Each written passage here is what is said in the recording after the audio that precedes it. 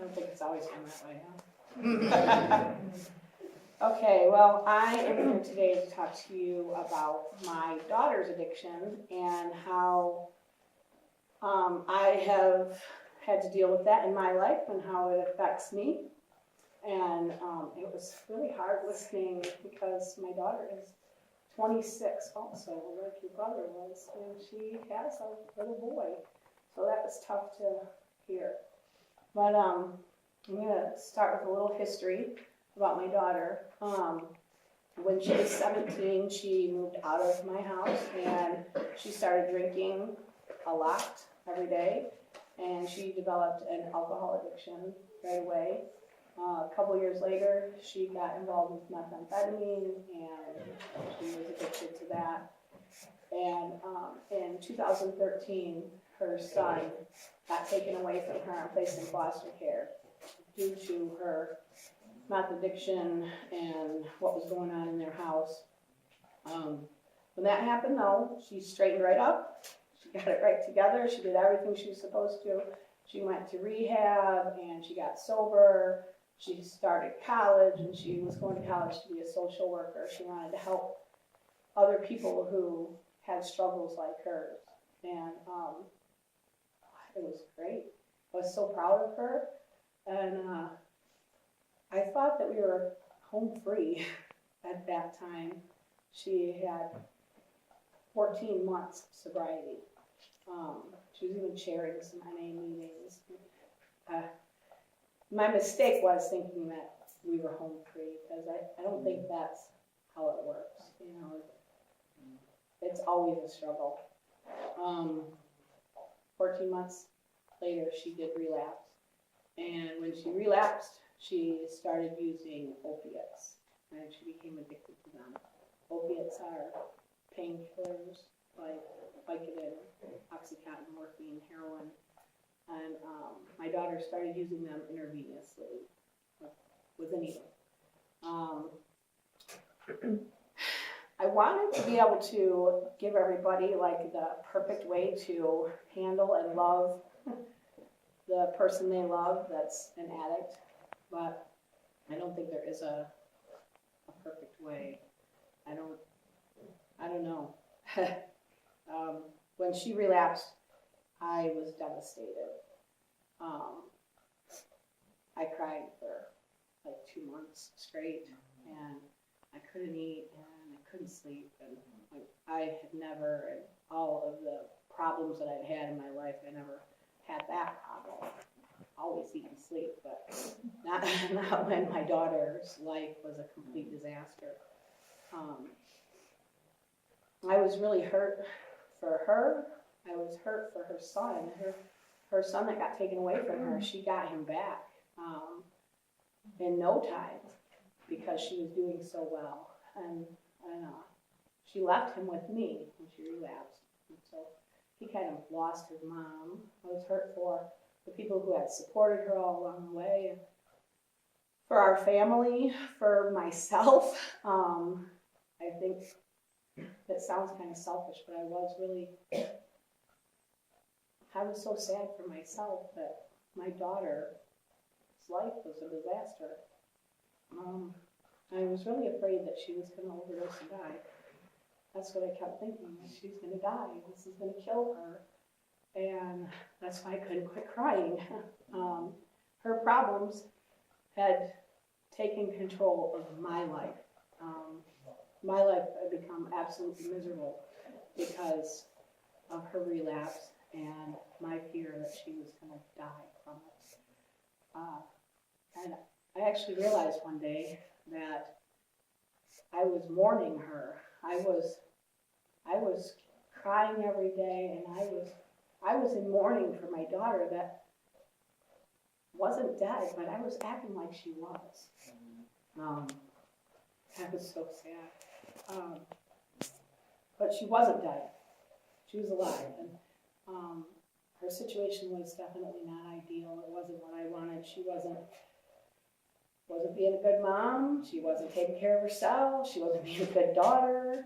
She wasn't doing anything that I wanted her to do, but she was not dead. She was alive. And as long as she was alive, I realized I still have another day that I could love her, and I could see her again. I could talk to her again, hug her again.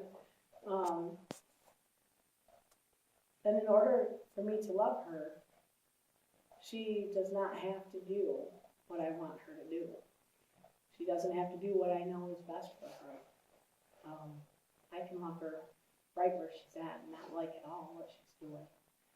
And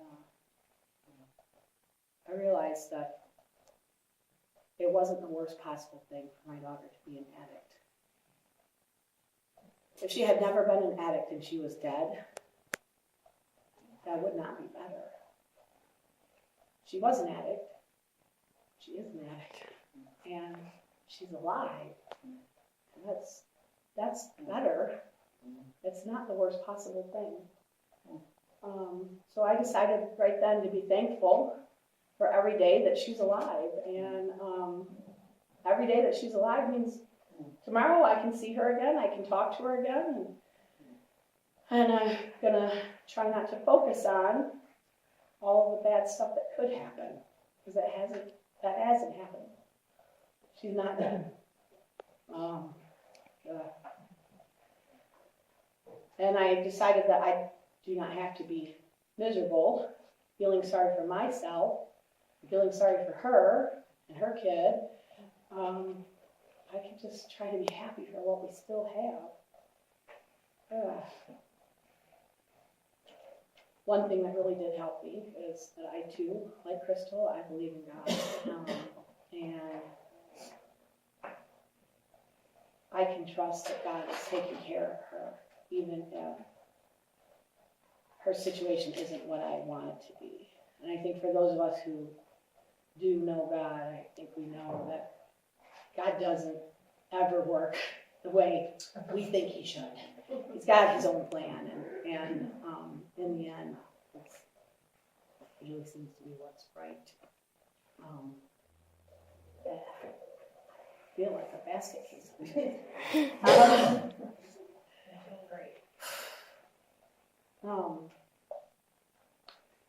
Expectations. I think that is where my downfall was, why I was so upset over my daughter's addiction, is because I had these expectations. I expected her to want to be a good mom. I expected her to want to get help for herself. I expected her to want the same things for her that I want for her, that I know are right for her. And without those expectations, if I could let go of those expectations, I wasn't setting myself up for disappointment every single day. So that's what I try to do. I try not to have those expectations. And her situation has not gotten any better. I would like to say that it has. As a matter of fact, right now she is sitting in a jail cell in Florida.